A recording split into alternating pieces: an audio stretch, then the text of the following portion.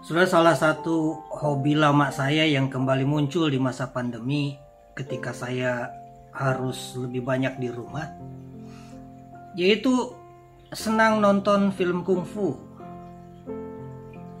Apa yang menarik dari film kungfu itu? So, bukan cuma jurus-jurus yang demikian indah, bagus, hebat, tetapi kisah-kisah bagaimana yang satu membalas dendam kepada yang lainnya dan dengan begitu serunya. Ya, nampaknya itu sikap balas dendam itu juga bukan hanya muncul di dalam film-film kungfu, tetapi juga di dalam kehidupan keseharian kita. Betapa seringkali kita ini dikuasai rasa sakit hati, rasa dendam, sehingga rasa-rasanya ingin membalaskan perbuatan orang-orang lain yang mungkin tidak menyenangkan hati kita, bahkan kalau perlu dengan bonusnya sekalian. Itu kenyataan di dalam hidup dunia kita saat ini. Namun sesudah kalau kita perhatikan, apa sih yang Allah kehendaki untuk kita nyatakan di tengah-tengah kehidupan kita bersama dengan orang-orang yang lain? Saya pikir ini semua agama bicara hal yang sama.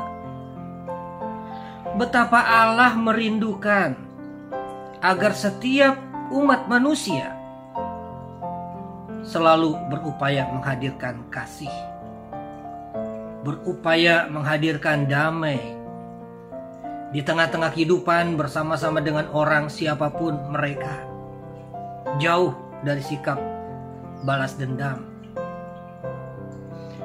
Tetapi kasih itulah yang senantiasa harusnya diupayakan di tengah-tengah kehidupan kita sehari-hari.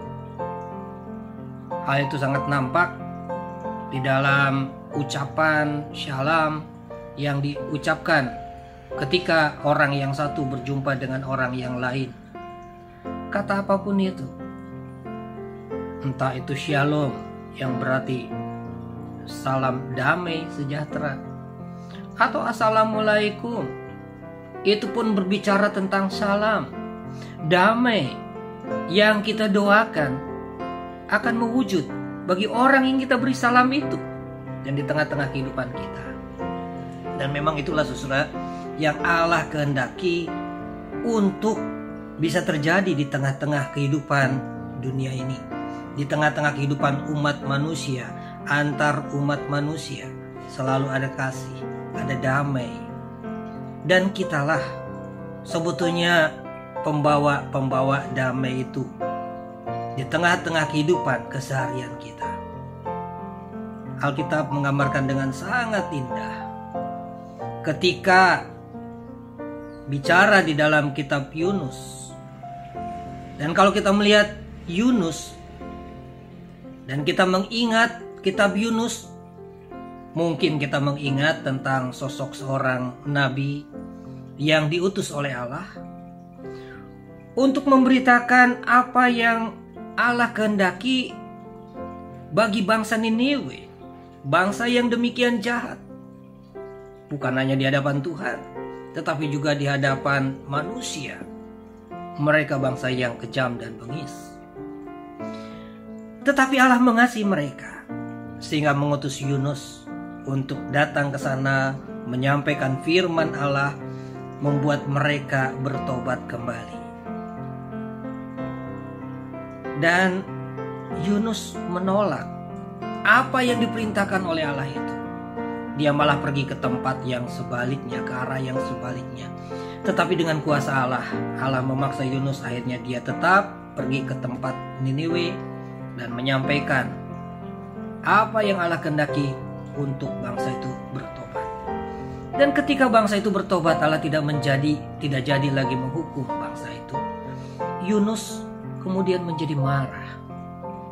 Jadi dalam pengalaman Yunus ini ada hal yang sangat menarik. Melalui sebuah pengalaman pribadi ketika Yunus beristirahat, dia tidur, Allah menumbuhkan sebuah pohon jarak hanya di dalam waktu yang sangat pendek. Sehingga Yunus bisa bernaung di bawah pohon jarak itu. Tetapi di dalam waktu yang singkat, seekor ulat menggerek pohon itu dan kemudian mati. Dan Yunus kembali kepanasan, dia marah kepada Allah. Dan Allah bertanya kepada Yunus di dalam Yunus 4 ayatnya yang ke-9. Layakkah engkau marah karena pohon jarak itu? Dan Yunus menjawab pertanyaan Allah itu. Selayaknya lah aku marah sampai mati. Sesuai kita lihat jawaban yang indah dari Tuhan untuk menanggapi apa yang dikatakan oleh Yunus. Dia mengatakan, engkau sayang kepada pohon jarak itu yang untuknya sedikit pun engkau tidak berjerih payah, dan yang tidak engkau tumbuhkan, yang tumbuh dalam satu malam dan binasa dalam satu malam pula. Bagaimana tidak aku akan sayang kepada Niniwe, kota yang besar itu, yang berpenduduk lebih dari 120.000 orang, yang semuanya tak tahu membedakan tangan kanan dan tangan kiri. Allah menunjukkan kasih sayangnya yang luar biasa kepada semua umat manusia. Dan itu juga yang ingin dia nyatakan melalui kisah Yunus ini. Yunus ini menjadi satu gambaran bagi kita juga. Kita seharusnya menjadi orang-orang yang menghadirkan damai sejahtera, menghadirkan cinta kasih di tengah-tengah kehidupan sehari-hari kita bersama dengan semua orang.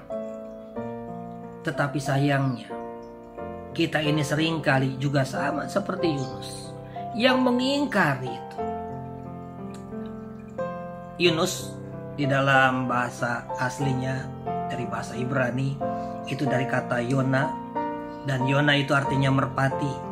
Dan saudara, kita tahu merpati seringkali menjadi lambang perdamaian.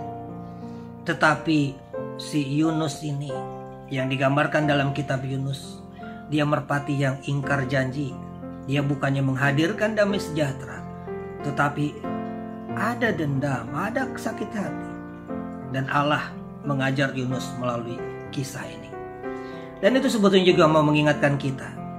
Kita ini adalah Yunus-Yunus dalam kehidupan sehari-hari kita, yang harusnya menghadirkan damai sejahtera, menghadirkan cinta kasih di dalam hidup kebersamaan kita.